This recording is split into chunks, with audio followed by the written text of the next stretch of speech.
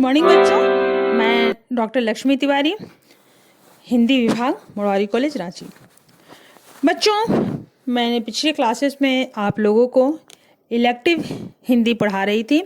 Elective Hindi में कवि सुमित्रा नंदन पंत का कवि परिचय को बताई थी और आज मैं उनकी कविता को बताऊंगी। कविता है संध्या के बाद, जो कि सुमित्रा नंदन पंत द्वारा रचित हैं।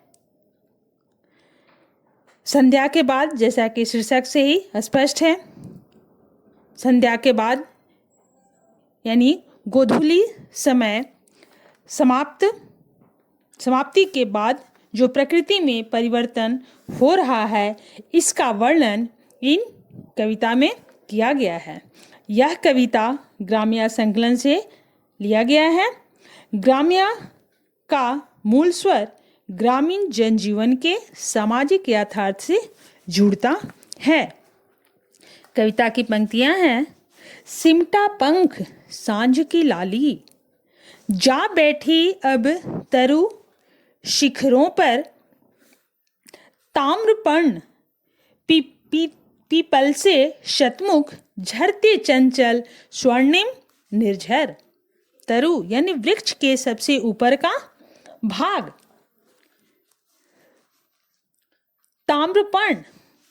ताम्रपर्ण का अर्थ हुआ तांबे की तरह लाल रंग का पत्ता चमकता हुआ दिखाई पड़ रहा है।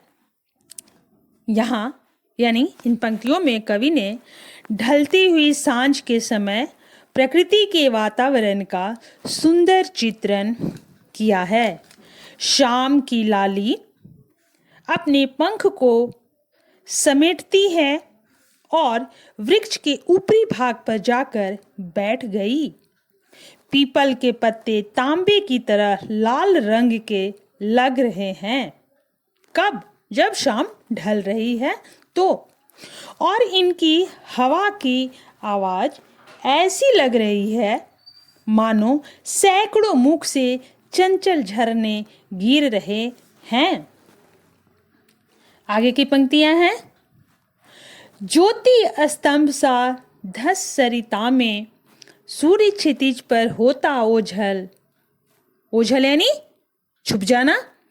बृहद जिह्वा जीभ विश्लत केचुओं सा, लगता चितकबरा गंगा जल। यानी गंगा के पार क्षितिज पर डूबते हुए सूर्य के प्रकाश ऐसा प्रतीत होता है मानो कोई सुंदर ज्योति स्तंभ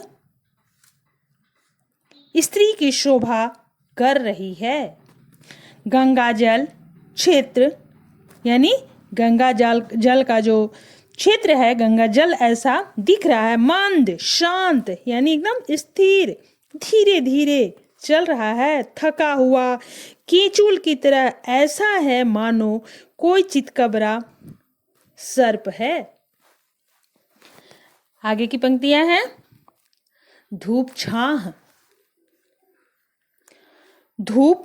छाह की रंग रेती, अनिल यानी हवा, उर्मियों यानी लहर, उर्मियों से सर्पांकित यानी सर्प की तरह चिन्हित, नील लहरियों से लोड़ित, पीला जल रजत जलद से बिंबित। सांझ के प्रकाश से बालू धूप छाह की रंग की हो रही है।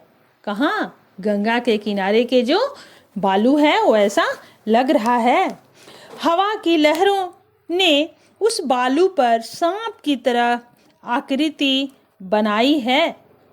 यानी जब हवा कहीं कहीं से कुछ अपनी लहरों से धूल को, बालू को उड़ाती है तो ऐसा देख के लग रहा है कि सर्प की तरह आकृति बन गई है। गंगा जल में नीले लहरों पीली प्रकाश की चांदी की तरह मथती हुई प्रतीत हो रही है।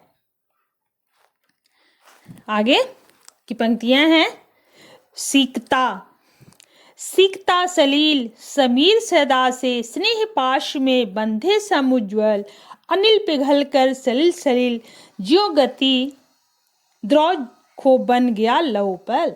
शंख घंट बजते मंदिर में लहरों में होता लय कंपन। दीप शिखा सा ज्वलित कलश नभ में उठकर करता निराजन। सिकता यानी बालू, नदी की बालू, जल, हवा हमेशा से ही प्रकृति के स्नेह पाश यानी बंधन में बंधी हुई है। हवा ऐसी लग रही है मानो जल में पिघलकर गतिमान हो रही है। प्रकृति की ऐसी सौंदर्य में मानव भी शरीक हो गया है।